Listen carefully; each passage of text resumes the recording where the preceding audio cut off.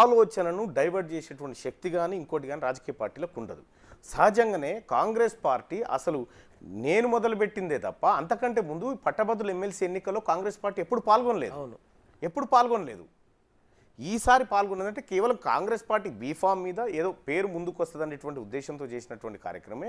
దీని ప్రక్రియ అంతా ఓటు ఎన్రోల్ దగ్గరనే ఉంటుంది. ఈ ఓటు ఎన్రోల్ దగ్గర నుంచి అనేక దఫాలుగా మా గౌరవ మంత్రి గారు అలానే నామినేషన్ వేసే రోజు గౌరవ మంత్రి గారు దగ్గరుండి చాలా కార్యక్రమాల్లో పాల్గొన్నాడు. ఆయన ఉత్సాహపరిచిండు, కార్యకర్తలను కూడా పనిచేయాలని చెప్పి గట్టిగా చెప్పిండు.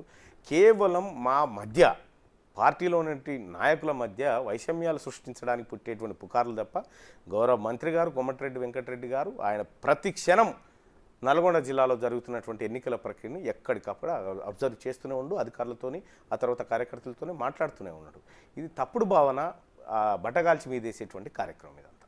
గతంలో మీరు ఎమ్మెల్సీగా పోటీ చేసి ఓడిపోయారు. అప్పుడు మీకు ప్రత్యర్థిగా కోదండరాం ఉన్నారు, అప్పుడు పల్లారాజేశ్వరరెడ్డి గెలిచిన పరిస్థితి. ఈసారి విభిన్న పరిస్థితులు, మీతో పాటే కోదండరాం నడిచిన పరిస్థితి అంటే ఎలా ఉంది? గతంలో కంటే కొంత మార్పు కనిపించినప్పటికి కూడా అది ఎందుకంటే విపక్ష పార్టీ అభ్యర్థిని అయి ఉంటే అది వేరే ఉండేది. కానీ అధికార పార్టీ అయినప్పుడు సహజంగానే మాకు ఎట్టి పరిస్థితుల్లో 30 నుంచి 35% యాంటీ గవర్నమెంట్ ఉంటుంది. ఎప్పుడైనా ఏ గవర్నమెంట్ నుంచి పోటీ చేసినప్పటికీ కూడా సహజంగా విపక్షాన్ని కోరుకుంటారు అన్నట్టు.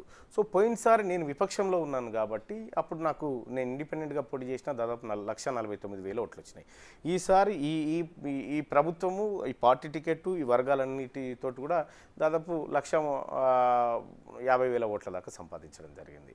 అయితే అప్పటికి ఇప్పటికీ తేడా లేకపోయినప్పటికీ కూడా అదనపు బలం యాడ్ అయిన తర్వాత సో మేము ఫస్ట్ ప్రియారిటీ ఓట్లతోనే గెలవాల్సిందే. కాకపోతే జరిగిన పొరపాటు ఏంటంటే ఇన్వాలిడ్ ఓట్ల వల్ల మాకు రావాల్సినటువంటి ఓట్లన్నీ అక్కడ చెల్లకుండా పోవడం వల్ల కొంత ఇబ్బంది జరిగింది. అయినప్పటికీ కూడా అందరి సహాయ సహకారాలతోటే ఈ కార్యక్రమం జరిగింది.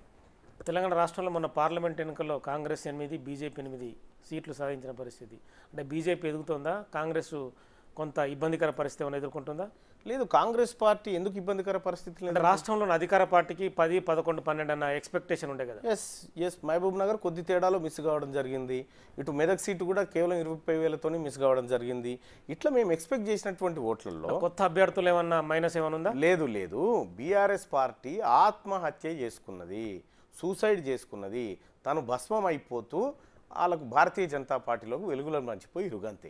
భారతీయ జనతా పార్టీకి వచ్చినటువంటి ఓటు బ్యాంక్ అంతా బీఆర్ఎస్ నుంచి డైవర్ట్ అయింది తప్ప కాంగ్రెస్ పార్టీ నుంచి కాలేదు.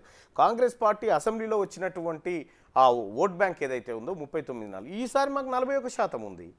సో కాబట్టి కాంగ్రెస్ పార్టీకి ఎక్కడ ఓట్ బ్యాంక్ తగ్గలేదు. కాంగ్రెస్ పార్టీ పట్ల ప్రభుత్వంలో ప్రజల్లో వ్యతిరేకత ఎక్కడ లేదు. క్లియర్గా మాకు మెజార్టీ పెరుగుతూ వస్తూ ఉంది.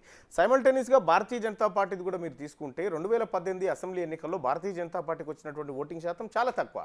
అదే 2019లో జరిగినటువంటి పార్లమెంట్ ఎన్నికల్లో కొద్దిగా ఎక్కువ వచ్చింది. ఆ తర్వాత జరిగినటువంటి మొన్నటి అసెంబ్లీలో తగ్గింది, మళ్ళీ ఇప్పుడు పార్లమెంట్లో మళ్ళీ పెరిగింది. అంటే కేవలం పార్లమెంట్ ఎన్నికల్లో మాత్రమే కొంత పర్ఫార్మెన్స్ చూపించేటువంటి పరిస్థితి భారతీయ జనతా పార్టీకి ఉంటుంది. రేపు స్థానిక సంస్థల ఎన్నికలు వస్తా ఉన్నాయి. స్థానిక సంస్థల ఎన్నికల్లో గ్రాస్ రూట్ లెవెల్లో కింద గ్రామాల స్థాయిలో భారతీయ జనతా పార్టీ కనిపించగలుగుతుందా? అక్కడ ఉన్నటువంటి వ్యవస్థ ఎంతవరకు బలంగా ఉంది? కాబట్టి ఏంటంటే కేవలం అర్బన్ ఓట్లను ఆకర్షించారు. అంతవరకే. అది కూడా భారతీయ జనతా పార్టీకి పోలైనటువంటి ఓట్లు బీఆర్ఎస్ పార్టీ కనుక తన ఓటు షేర్ను తను తీసుకోగలిగితే కాంగ్రెస్ పార్టీ ఈజీగా 14-15 స్థానాలు కొట్టేది. ఇక్కడ ముఖ్యమంత్రి గారు అన్నట్టుగా బీఆర్ఎస్ పార్టీ తన ఓటు షేర్ను బలిపెట్టి భారతీయ జనతా పార్టీకి లబ్ధి చేకూర్చేటువంటి కార్యక్రమం చేసింది. కాబట్టి ఇలా కొంత కాంగ్రెస్ పార్టీ అనుకున్న దిశగా కాకపోయినా మంచి రిజల్ట్ సాధించింది. రైతు రుణమాఫీ, రైతు బంధు లాంటి ఏమన్నా ఏవైతే అవి ఉన్నాయో ఆ పథకాలు ఏమైనా దెబ్బతీసాయా? ఎక్కడ ఏం లేదు. అంటే ఆగస్టు 15కి వేస్తా అని చెప్పి ముఖ్యమంత్రి ప్రకటించారు. ముఖ్యమంత్రి గారు చెప్పారు కాబట్టి ముఖ్యమంత్రి గారు ఆ ప్రకటన చేసిన తర్వాత ఆ ఎన్నిక జరిగింది. ఆ ఎన్నిక అయిపోయిన తర్వాత రైతు బిడ్డలు గ్రాడ్యుయేట్స్ నాకు ఓటేసినారు, నన్ను గెలిపించినారు అంటే ముఖ్యమంత్రి గారు చెప్పినటువంటి మాటను ప్రజలు విశ్వసించినారు. ఆగస్టు 15 లోపల 2 లక్షల రూపాయల రుణమాఫీ చేసి తీరుతాం ఈ రాష్ట్ర ప్రభుత్వం చేయబోతా ఉంది. ప్రజలకు ఇచ్చినటువంటి మాట నిలబెట్టుకోబోతా ఉంది.